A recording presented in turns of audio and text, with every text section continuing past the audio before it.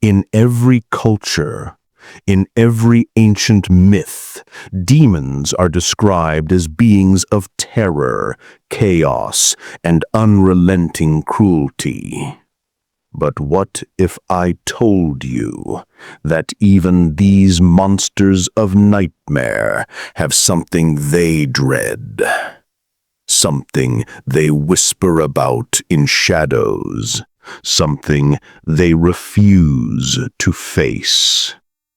This is the story of the demon that even other demons fear. And tonight, you will hear the truth that was never meant for human ears.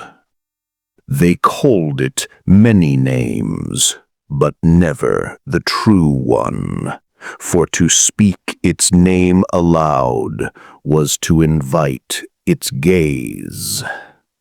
You see, the grimoires, the dusty forbidden books that priests tried to burn, do not tell a complete story. They give us lists, the Ars Goetia with its 72 demons, each given rank, sigil, and power.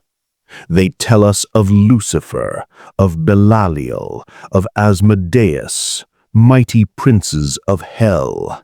But, scattered through these pages, in margins and cryptic footnotes, there are hints, strange phrases about a force that commands even kings of fire. A shadow above shadows, a master above masters, the one whom demons obey, not out of loyalty, but out of terror. And isn't that the greatest irony? We humans tremble at the idea of demons, yet demons themselves may tremble at something else. But what is it? The rabbis of old, in fragments of the Talmud, speak of an angel who fell not by pride, not by temptation, but by something far darker, by being too close to the very act of destruction itself. His name, Samael, the angel of venom, the poison of God. A figure who is at times angel, at times devil, at times something beyond categorization. In the Zohar, he is the one who wrestled with Jacob in the night, the shadow who whispered to Eve, the one who brings death with a kiss. But there are whispers even older than Samael, whispers that trace back not to Hebrew texts, but to Sumer, to the rivers of Mesopotamia, where chaos had a body and a name. They called her Tiamat, the dragon of primordial waters, whose body was split to make the heavens and the earth. But some occultists suggest a shard of that body lived on, not as creation, but as corruption, not as order, but as fear. Imagine a being that is not a single demon, but the residue of destruction itself. But let's not get ahead of ourselves. To understand why even demons fear, we must return to the hierarchy of hell, as humans have imagined it. In the Ars Goetia, Lucifer reigns as the light-bringer, the fallen star. Belial embodies lawlessness. Beelzebub, the lord of flies, rots and decays all that is touched. Asmodeus devours with lust and rage. Each one is terrifying, Each one rules a domain of suffering. Yet there are oddities. The texts never truly agree who sits at the very top. Some say Lucifer, some say Satan, some even argue Leviathan, the serpent of the sea, is the true ruler. But in obscure French grimoires, in side notes penned by monks who claimed they were copying texts under duress, there are warnings of the Dread One. Not a king, not a prince, but something so feared that even the mighty ones bow before it. And of course, the church wanted that erased. After all, how can you maintain control if the very demons you warn the flock about are themselves enslaved by a greater horror? So they burned those pages. They locked away the fragments. They buried the names. But like all forbidden things, whispers survived. In secret covens, in underground rituals, magicians whispered of the one who waits beneath, not in the fiery pits, but deeper, beneath hell itself, a void within the void, the abyss of the abyss. Let me put this in perspective. Imagine Lucifer, the grand rebel of heaven, the fallen angel, the light-bearer. Now imagine that even he is afraid to descend too far, afraid to awaken what lies beneath him. That is the entity we are speaking of tonight. Now, you might be asking, what is its name? But that is where the terror begins. For names hold power. Names summon. And this being was not given a single name. Instead, it was given hundreds, each one incomplete, each one only a mask. In Hebrew mysticism, some say its name was Azrael, the angel of death.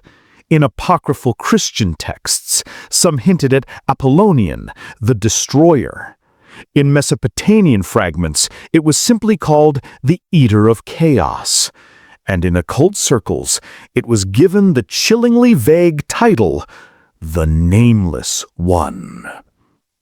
And if even demons feared to say its name, should we dare? I will not speak it fully, but I will tell you this: every culture has brushed against it.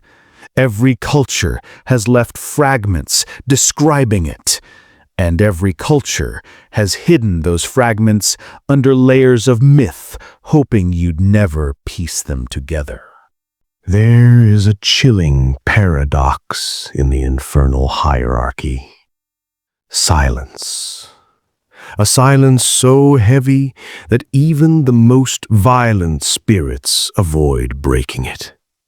For in that silence lurks a name they refuse to speak. Where part one ended, we glimpsed the shadow of this entity, a force not bound by hell's order nor heaven's defiance, a presence that even Lucifer himself treats with caution. But tonight, we go deeper, into the abyss where this demon's legend is carved in whispers, in blood, and in the trembling of lesser demons who pray never to draw its attention. Long before hell's thrones were carved, before the wars between angels and the fallen, something else stirred. It was not born. It did not fall. It simply was. A wound in creation itself, a fracture where the laws of reality bled. And from that fracture emerged a consciousness, not divine, not infernal, not human, but something far older. Something that gazed upon angels and demons alike as prey.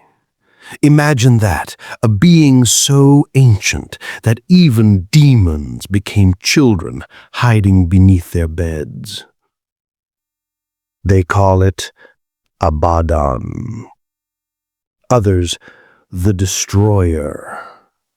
But the most ancient texts, scratched on broken clay and sealed away in forgotten tombs, call it by another name, the Eater of Gods. Now you might think Lucifer, the great rebel, the so-called morning star, would laugh at the idea of fearing another. But here's the truth. Even Lucifer does not command Abaddon. In hell's court, where thrones of pride, greed, wrath, and envy clash daily, one throne remains empty. Not because it is unwanted, but because none dare sit upon it. It is said that throne belongs to him, if he ever chooses to claim it. Demons whisper that when Abaddon stirs, entire legions go silent. Armies that once roared with screams and fury suddenly choke back their voices like terrified children holding their breath in the dark. Because silence in hell is not peace, it is warning.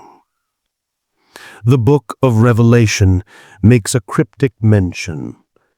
They have as king over them the angel of the abyss, whose name in Hebrew is Abaddon, and in Greek, Apollyon. The angel of the abyss. Angel, not demon. Do you feel the weight of that? If the scriptures call him angel, it means he is not counted among the fallen, nor the faithful. He is other. A force set apart, an executioner assigned to the end of days. And even demons tremble because Abaddon's role is to consume, not just flesh, not just souls, but to consume them. The stories spread across occult manuscripts tell of a moment, an ancient, blood-soaked war between rival demon legions. One legion boasted 50,000, armored, roaring, immortal. They thought themselves unstoppable, until Abaddon appeared. He did not roar. He did not scream. He did not even fight. He simply opened his mouth and unmade them. Here's the strangest part. Humans, in their endless curiosity, always find ways to worship what should never be worshipped. There are cults dedicated to Lucifer, others to Leviathan, Beelzebub, Asmodeus. But the cult of Abaddon? That one doesn't exist. Or at least, it shouldn't. Because to call his name is not to summon, but to invite consumption. The ritual is always the last ritual a cult performs. One moment, candles flicker, chants rise, and the next, nothing. The entire gathering is gone, the building empty, the fire snuffed out, as if their existence was edited from reality. Exorcists whisper of demons who, under binding, reveal much, names, hierarchies, bargains. But when pressed on Abaddon, they fall silent, even under torture, even under holy invocation. They lock their jaws, they shake, they scream, but they will not say his name. That silence speaks louder than confession. Imagine creatures who laugh in fire, who mock priests and saints, who curse God himself, reduced to trembling silence at the mention of one being? That is not fear. That is survival. Some occultists claim Abaddon does not roam freely. They say he is bound, sealed in the abyss, waiting for the key of the bottomless pit. But here's the question. Is he bound or simply waiting? Because silence is not always chains. Sometimes silence is patience. And when the abyss opens, whether by prophecy or by accident, what comes out will not just devour nations, it will devour hell itself. And now you might be wondering, why should humans fear what demons fear? Because Abaddon is not a creature of hell. He is not bound to their rules. He does not trade, tempt, or deceive. He does not make pacts. He does not care for worship. He only consumes.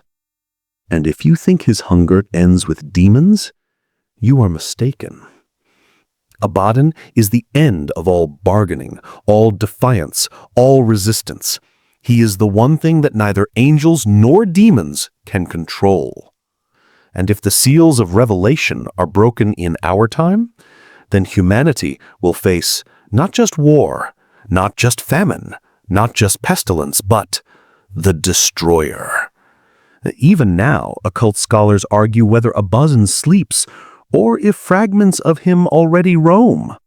Some claim entire cities lost to history, vanished not by war nor plague, but by erasure. Whispers say his shadow passed, and memory itself bent. And if you are listening to this story at night, in silence, pay attention. For silence, remember, is warning, and the one that demons fear may already be listening.